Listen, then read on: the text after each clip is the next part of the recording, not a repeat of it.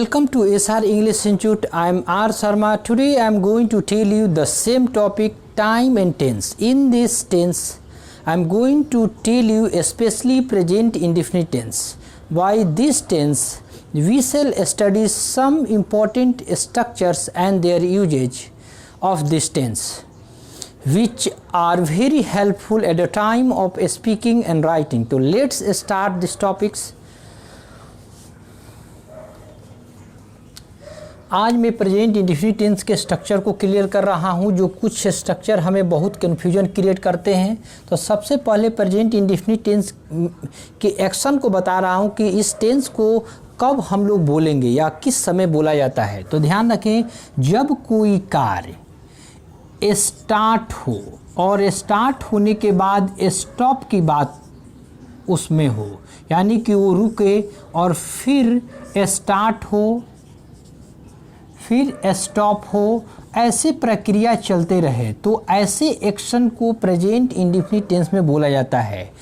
और ये मोमेंट तब आता है जब वो कार्य रुका रहता है। जैसे मैं कोई काम को या कोई व्यक्ति किसी काम को कर रहा है तो उस वक्त प्रेजेंट इंडेफिनिट टेंस नहीं बोल सकते हैं, लेकिन वो जैसे व्यक्ति उस कार्य को करने के बाद वो रुका तो उस वक्त प्रेजेंट इंडेफिनिट टेंस का उत्पत्ति हो जाता है, यानी उस समय प्रेजेंट इंडेफिनिट टेंस में उस एक्शन को बताया जाता है। जैसे हम लोग खाने का कार्य करते हैं, पढ़ने का कार्य करते हैं, तो अभी at the time of speaking जब हम लोग बात कर रहे हैं तो इस वक्त हम लोग खाने का कार्य नहीं कर रहे हैं, लेकिन ये निश्चित है कि कुछ देर पहले या कुछ क्षण पहले हम लोग ज़रूर खाने का कार्य करते होंगे।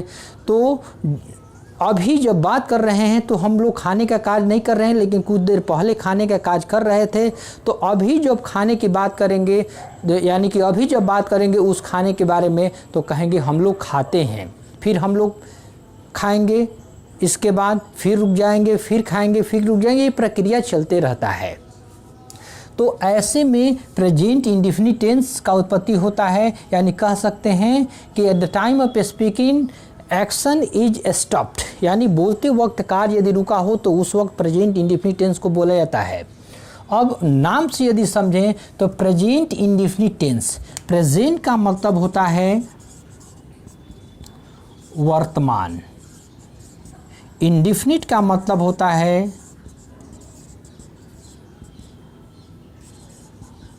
अनिश्चित, और टेंस का मतलब होता है, यानी टेंस का अर्थ होता है काल। यानी कि ये नाम से स्पष्ट करें तो ऐसा वर्तमान में चलने वाला कार्य या होने वाला कार्य जो अनिश्चित काल तक होने की संभावना हो, यानी अनिश्चित काल तक हो। जैसे हम लोग बचपन से पढ़ते आ रहे हैं, अभी भी पढ़ रहे हैं और आगे भी पढ़ने का काम करते रहेंगे, तो कह सकते हैं कि हम लोग पढ़ते हैं, यानी कि अनिश्चित काल तक हम लोग कार्य को कर सकते हैं, क्योंकि उस कार्य में बीच में स्टार्ट होने के बाद थोड़ा रेस्ट मिलता है, स्टॉपेज मिलता है, यानी कि हम लोग रुकते हैं, फिर स्टार्ट करते हैं, फिर रेस्ट करते हैं, फिर करते हैं। तो ऐसे कार्य हम लोग कितना भी समय तो करते रह सकते हैं, कोई प्रभाव नहीं पड़ेगा। इसलिए ऐसे एक्शन को प्रेजेंट इंडेफिनिट टेंस में दर्शाया जाता है। इसे यानी प्रेजेंट इंडेफिनिट टेंस को सिंपल प्रेजेंट टेंस भी कहा जा सकता है।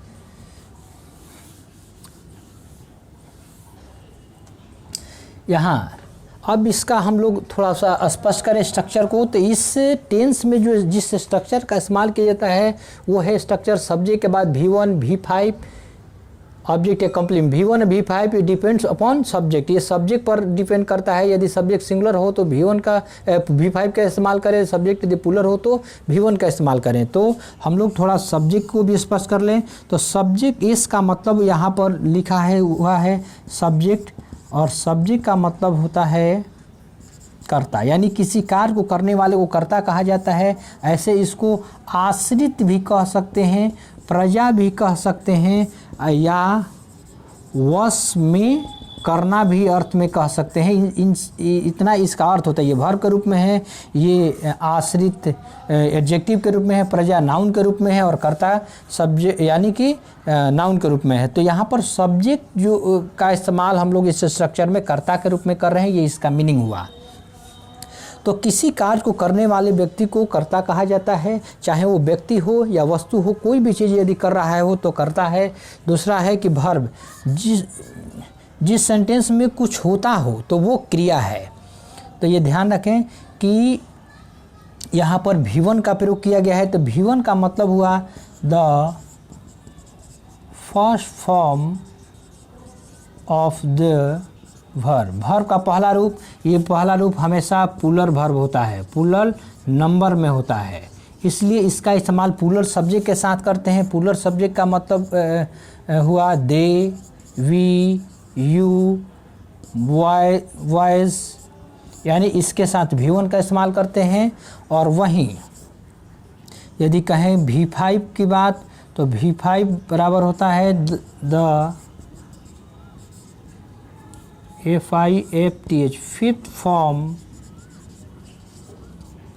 ऑफ द वर्ब, यानी कि यहाँ पर फिफ्थ फॉर्म जो होता है वर्ब का, ये हमेशा सिंगुलर होता है, यानी सिंगुलर वर्ब होता है। इसका इस्तेमाल सिंगुलर सब्जेक्ट के साथ, यानी ही, सी, इट, वाई, यानी सिंगुलर सब्जेक्ट हुआ, कोई नाम भी दे सकते हैं। तो यहाँ V5 का इस्तेमाल किया जाता है।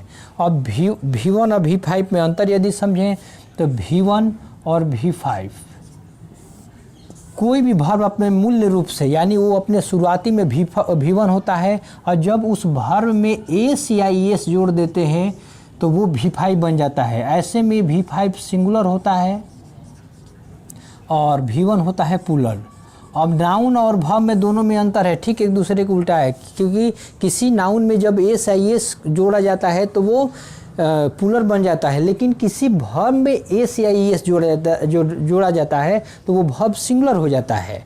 जैसे गो, अब यहाँ वॉवेल है तो ये भी समझ लें कि जब किसी भी वर्ब के अंत में वॉवेल आए तो उसमें ES जोड़ दें, और कॉन्सोनेंट आए जैसे ईट तो इसमें एस जोड़ दें, तो ये V5 बन गया। इसके अलावा भी कुछ वर्ब हैं जिसके अंत में एस आता हो, SH आता हो, CH आता हो, जेड आता हो, एक्स आता हो, चाहे जेड आता हो, तो ऐसे, या डबल एस आता हो, तो ऐसे वर्ब में हम लोग ES ही जोड़ा जाता है कॉन्सोनेंट आने के बावजूद भी। जैसे यदि एग्जाम्पल उठाएं, जैसे वास, तो वास ये V1 में है और वास में को V5 बनाएंगे तो इसमें अंत में एसेज दिया है तो ES जोड़ेंगे वासेज में, यानी वास का मतलब धोना, वासेज मीन्स भी धोना ही अर्थ होगा।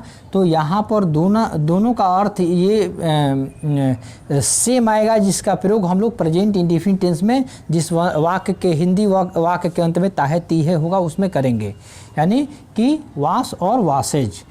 तो यहाँ पर स्पष्ट हमारा हुआ V1 और V5 का।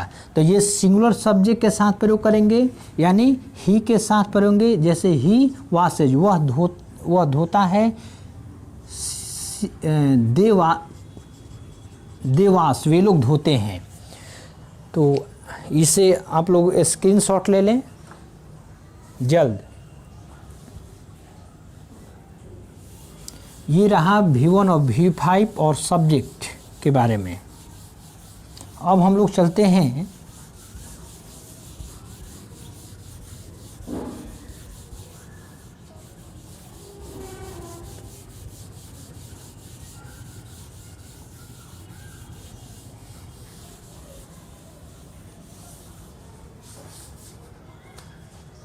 ऑब्जेक्ट के बारे में। तो एक दो वर्ड है यहाँ, ऑब्जेक्ट और कॉम्प्लीमेंट। ध्यान रखें, इसको कहा जाता है कॉम्प्लीमेंट, इसको कहा जाता है सब्जेक्ट ऑब्जेक्ट सॉरी ऑब्जेक्ट।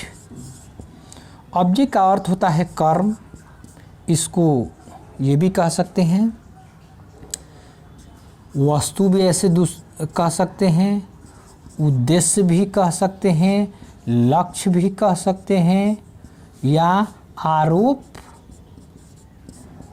लगाना भी वर्ब के रूप में कह सकते हैं। यानी कि ऐसे इन सभी वर्ड का इस्तेमाल यहाँ नहीं है, एक्चुअली कर्म के अर्थ में है, लेकिन इनका प्रयोग ये इन सभी वर्ड के यानी कि अर्थ में भी किया जाता है।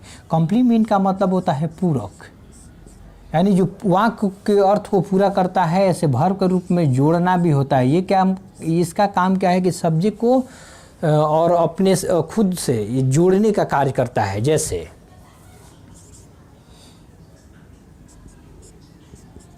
ही इज ए डॉक्टर, वह एक डॉक्टर है। ये क्या किया कि यहाँ पर सब्जेक्ट यानी कि सब्जेक्ट ही और यहाँ ये कॉम्प्लीमेंट के रूप में डॉक्टर आया है, तो ये दोनों एक ही हैं। देखिए ही डॉक्टर है और डॉक्टर भी ही है, तो ये क्या काम कर रहा है कि एक दूसरे को लिंक, एक दूसरे के साथ लिंक कर रहा है, यानी दोनों सेम है, तो ऐसे में ये कॉम्प्लीमेंट कहलाता है।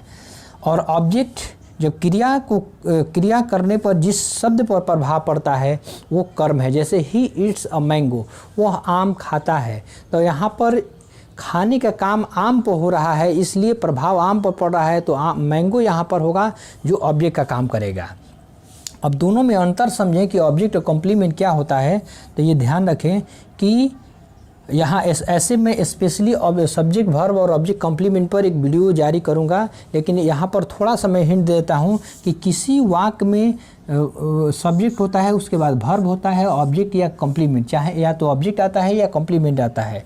तो ये ऑब्जेक्ट और कॉम्प्लीमेंट ये डिपेंड करता है आना ये वर्ब पर, तो हमें वर्ब को स्पष्ट करना होगा।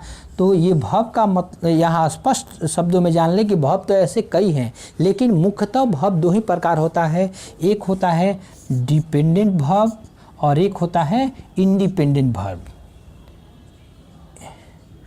DEPENDENT independent verb, dependent verb, और INDEPENDENT independent verb. Dependent verb के बाद में जो शब्द आएगा वो ऑब्जेक्ट होता है, इंडिपेंडेंट वर्ब के बाद में जो शब्द आएगा वो कॉम्प्लीमेंट होता है। अब कैसे, तो ये समझें कि डिपेंडेंट वर्ब क्या होता है। तो जैसे ही ईट्स यहाँ का है, वह खाता है, यानी कि ये वर्ब डिपेंडेंट होगा। मैंगो, वह खाता है, तो क्या खाता है, आम खाता है, यानी कि इस वर्ब यानी कि इस खाने के लिए हमें आम पर आश्रित रहना पड़ रहा है। यानी कि यहाँ पर क्रिया जो आश्रित है ये मैंगो पर है, इसलिए इसमें क्या है कि ये वर्ब डिपेंडेंट है, डिपेंडेंट वर्ब है। यानी कि इसका डिफिनीशन कह सकते हैं कि जो वर्ब अपने अर्थ को पूरा करने के लिए अपने बाद आने वाले शब्द पर आश्रित हो वो डिपेंडेंट वर्ब है, और डिपेंडेंट वर्ब के बाद ऑब्जेक्ट आता है। यदि हमें मैंगो नहीं रहे यहाँ पर तो ईट नहीं हो पाएगा, इसलिए आश्रित है तो ऑब्जेक्ट आया। आज जो वर्ब अपने अर्थ को पूरा करने के लिए अपने बाद आने वाले शब्द पर आश्रित न हो, चाहे वो रहे या न रहे, वो वाक्य का अर्थ पूरा हो जाएगा। इसमें देखेंगे तो वाक्य का अर्थ पूरा नहीं होगा, क्योंकि वह खाता है, तो क्या खाता है, यहाँ हमें ये लगता है कुछ ना कुछ वो बात छिपा हुआ है जो मैंगो पर है, या जो भी वहाँ पर खाने का चीज़ है तभी वो खा पाएगा, अदरवाइज नहीं खा पाएगा। तो यहाँ देखें, birds fly in the sky, चिड़िया उड़ती है, तो फ्लाई जो वर्ड आया यहाँ पर स्काई, इसके बाद स्काई आ रहा है, तो क्या चिड़िया को उड़ने के लिए स्काई की ज़रूरत है, स्काई हेल्प करता है, चिड़िया अपने आप में स्वतंत्र है। यहाँ पर यदि स्काई नहीं भी रहे तो ये पूर्ण रूप से आपको अर्थ समझ में आ जाएगा कि चिड़िया उड़ती होगी तो आकाश में ही उड़ती होगी, और ये खुद अपने आप से उड़ती है, इसे कोई आकाश आकर नहीं उड़ाता है, इसलिए ये डिपेंड इस पर नहीं है, इसलिए ये कॉम्प्लीमेंट होगा और ये वर्ब होगा इंडिपेंडेंट वर्ब होगा। तो स्पष्ट समझ लें कि इंडिपेंडेंट वर्ब के बाद में कॉम्प्लीमेंट आता है, डिपेंडेंट वर्ब के बाद में ऑब्जेक्ट आता है। डिपेंडेंट वर्ब किसी अपने बाद आने वाले शब्द पर आश्रित होता है, इंडिपेंडेंट वर्ब अपने बाद आने वाले शब्द पर आश्रित नहीं होता है। यदि हम लोग हटा दें इसे तो चिड़िया उड़ती है, तो आपको इतना ही से प्रश्न बन गया होगा कि चिड़िया आकाश में उड़ती है, यानी कि ये अपने बाद वाले वर्ड को रखना ये ज़रूरी नहीं समझता है। यदि रखें या ना रखें दोनों में सेंस निकल जाता है। तो इसे भी स्क्रीनशॉट ले लें।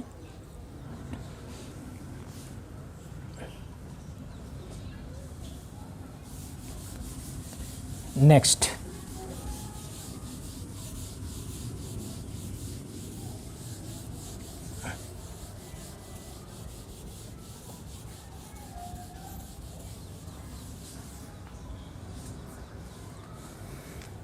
अब रहा हम लोगों का स्ट्रक्चर यहाँ। तो ये हमें अब स्पष्ट करना है कि V1 और V5 जिस वर्ब में होता है वो वर्ब प्रेजेंट इंडेफिनिट टेंस माना जाता है। तो क्या इज एम आर जो वर्ड आया है ये V1 V5 है? यदि है तो प्रेजेंट इंडेफिनिट टेंस है, यदि नहीं है तो ये प्रेजेंट इंडेफिनिट टेंस नहीं है।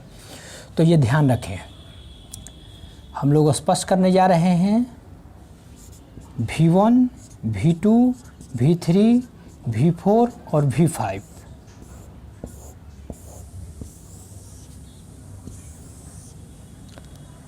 ये इज एम आर बी का रूप है, इसी से बना हुआ है, यानी कि मूल रूप इसका जो है बी है। तो इसका दूसरा रूप होता है वॉज और तीसरा रूप होता है बी वॉज बीन, चौथा रूप बीइंग और इज होता है V5। और ऐसे आई के साथ एम का प्रयोग किया जाता है। आई सिंगुलर यानी मैं सिंगुलर हूँ इसलिए एम भी सिंगुलर होगा। और यहाँ पर जो मूल रूप का जो पुलर रूप होगा ये आर होगा। तो देखिए यहाँ पर V1 के रूप में आर आया और V5 के रूप में इज और एम आया। तो यहाँ पर V1 और V5 स्पष्ट हो गया कि ये इज और एम जो है ये V5 और आर जो है V1 है, इसलिए प्रेजेंट इंडेफिनिट टेंस है। और यहाँ पर इज एम आर के बाद में एक और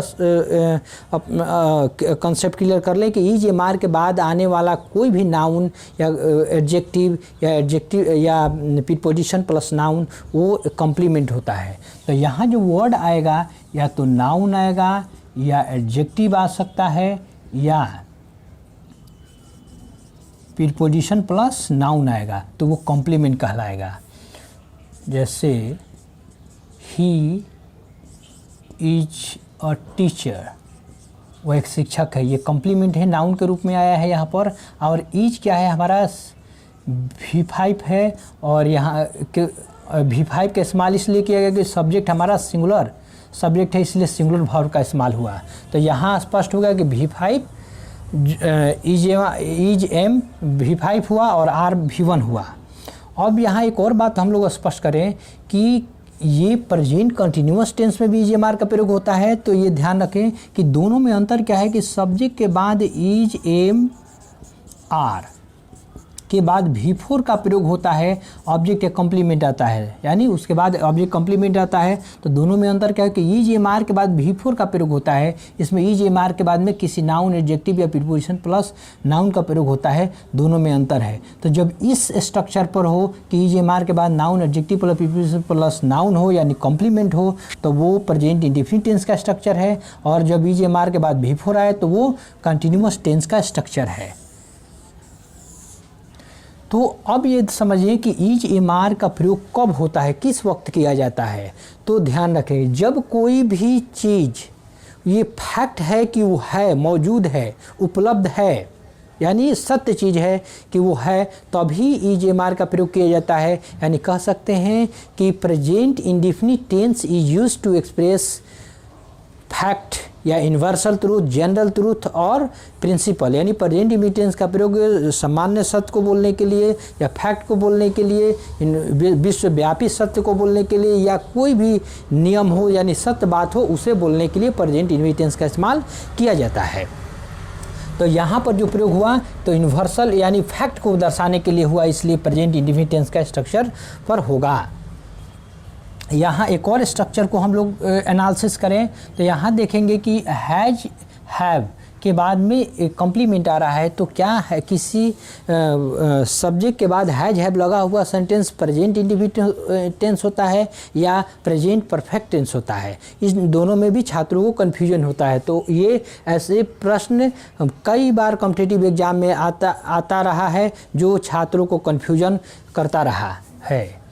तो यहाँ ध्यान रखें कि इसको प्रूव करना है कि क्या V1 और V5 है, यदि है तो सही है यानी प्रेजेंट इंडेफिनिट टेंस में होगा, यदि नहीं है तो ये परफेक्ट टेंस में होगा। तो यानी यहाँ पर अब समझें तो हैव वर्ब का पहला रूप है, हैज वर्ब का इसका दूसरा रूप हैड होता है, तीसरा रूप हैड होता है, चौथा रूप हैविंग होता है और हैज होता है पांचवा रूप। तो यहाँ देखिए पांचवा रूप यानी कि प्रूफ हो गया कि हमारा पांचवा रूप हैज है और पहला रूप V1 है। तो यानी कि V1 और V5 जिस सेंटेंस में प्रयोग होता है वो प्रेजेंट इंडेफिनिट टेंस है और इसके बाद में भी जो शब्द आएगा इसमें स्पेशली केवल नाउन आएगा। तो यहाँ समझें कि जैसे एग्जाम्पल लें, जैसे आई हैव या दे हैव बुक्स, उन लोगों के पास किताबें हैं। यानी कि हैव ये V1 का प्रयोग किए गए क्योंकि ये प्लूरल वर्ब है और इसका सब्जेक्ट जो है वो प्लूरल सब्जेक्ट है। तो प्लूरल सब्जेक्ट के साथ प्लूरल वर्ब का प्रयोग किया जाता है, सिंगुलर सब्जेक्ट के साथ सिंगुलर वर्ब का प्रयोग किया जाता है। ही हैज अ कार, उसके पास से कार है। यानी कि यहाँ पर हमारा V5 का प्रयोग किया गया क्योंकि ये सब्जेक्ट जो है सिंगुलर सब्जेक्ट है। तो ये ध्यान रखें कि प्रेजेंट इंडेफिनिट टेंस का यानी दूसरा हमारा कंसेप्ट क्लियर हुआ कि present indefinite tense is used to express possession और ओनरशिप। यानी प्रेजेंट इंडेफिनिट टेंस का प्रयोग स्वामित्व को दर्शाने के लिए यानी मालिकपन को दर्शाने के लिए या किसी वस्तु पर अपने अधिकार को दर्शाने के लिए किया जाता है। तो यहाँ जैसे मेरे पास उन लोगों के पास किताबें हैं यानी कि उन लोगों का अधिकार इस किताब पर है, यानी कि वे लोग इस किताब के मालिक हैं। यानी कि इस प्रेजेंट टेंस में हम लोग पोसेशन को दिखाने के लिए या अधिकार को दर्शाने के लिए किया है। वह एक कार रखता है यानी कि वह इस कार का मालिक है, यानी इस पर भी अधिकार दर्शाने की बात आया। अब कन्फ्यूजन रहा कि हमारा ये परफेक्ट टेंस क्यों नहीं है। तो ये ध्यान रखें कि इसका स्ट्रक्चर परफेक्ट टेंस में क्या होगा कि सब्जेक्ट के बाद हैज या हैव आएगा और इसके बाद V3 प्लस ऑब्जेक्ट या कॉम्प्लीमेंट आएगा। यानी कि हैज हैव के बाद में यहाँ पर नाउन आ रहा है, यहाँ पर हैज हैव के बाद में वर्ब आ रहा है। तो दोनों में यही डिफरेंस है कि वर्ब आए तो परफेक्ट टेंस और नाउन आए तो इंडेफिनिट टेंस। यहाँ होगा कि ही हैज प्लेड क्रिकेट, वह क्रिकेट खेल चुका है। यानी कि यहाँ पर V3 जो आया ये साबित कर दिया कि ये परफेक्ट टेंस है। यहाँ नाउन आ जाता तो यही इंडेफिनिट टेंस में हो जाता। इसी भी छात्र स्क्रीनशॉट ले लें। अब यहाँ समझेंगे कि अभी तक हम लोग देखें कि किसी सेंटेंस में सब्जेक्ट का इस्तेमाल शुरू में था, उसके बाद वर्ब का इस्तेमाल V1 और V5 था। लेकिन एक ऐसा स्ट्रक्चर मैं बताने जा रहा हूँ जिसमें सब्जेक्ट नहीं होगा और वो केवल V1 ही प्रयोग होगा, V5 का प्रयोग नहीं होगा, ऑब्जेक्ट कॉम्प्लीमेंट रहेगा। तो ये ध्यान रखें कि ऐसे सेंटेंस भी प्रेजेंट इंडेफिनिट टेंस में ही बोला जाता है क्योंकि ये सेंटेंस इम्परेटिव है। आई एम इम्परेटिव सेंटेंस है, यानी कि कह सकते हैं imperative sentence is used to express in present indefinite tense. Present indefinite tense में इम्परेटिव सेंटेंस को बोला जाता है और प्रेजेंट इंडेफिनिट टेंस में जब इम्परेटिव सेंटेंस को बोला जाता है तो ये ध्यान रखें imperative sentence always begins with V1। हमेशा प्रेजेंट इंडेफिनिट यानी इम्परेटिव सेंटेंस V1 से शुरू होता है। क्यों? तो ये ध्यान रखें, से हेल्प द पुअर, गरीबों की मदद करो। तो यहाँ पर जो सब्जेक्ट इसका होता है वो यहाँ पर लिखने के बाद काटा गया है, यानी कि यहाँ पर सब्जेक्ट जो होता है यू छुपा होता है क्योंकि दुनिया के कोई भी वाक्य यदि बनेगा तो बिना सब्जेक्ट का नहीं बनेगा, कर्ता रहेगा नहीं तो क्रिया होगा कैसे। इसलिए यहाँ पर यू सब्जेक्ट के रूप में छिपा हुआ है, तो इसलिए यहाँ लिखने के बाद काट दिया गया है और यू के अनुसार ही वर्ब का प्रयोग हो रहा है यहाँ पर हेल्प। तो ध्यान रखें ये यू प्लूरल सब्जेक्ट है, इसलिए वर्ब जो होगा हमारा V1 के रूप में यानी कि हो रहा है प्लूरल वर्ब का रूप में इस्तेमाल हो रहा है। तो यानी कह सकते हैं कि गरीबों की मदद करो, यहाँ पर सब्जेक्ट के रूप में हमारा यू है। जैसे कम इन टाइम, समय पर आओ, यानी यू यहाँ छिपा है, इसलिए यहाँ पर कह रहा है कम्स इन टाइम, समय पर आओ। और गो देयर, वहाँ जाओ। Speak the truth, speak the truth, सत्य बोलो। तो ये सब V1 से शुरू हो रहा है, इसलिए ये इम्परेटिव सेंटेंस में जाएगा और ये एक्चुअली प्रेजेंट इंडेफिनिट टेंस का ही एक पार्ट है, क्योंकि इसमें सब्जेक्ट यू छिपा है और सब्जेक्ट यू प्लूरल सब्जेक्ट है, इसलिए इसके बाद कोई भी वर्ब आएगा तो V1 के रूप में ही आएगा। तो इसे भी स्क्रीनशॉट ले लें।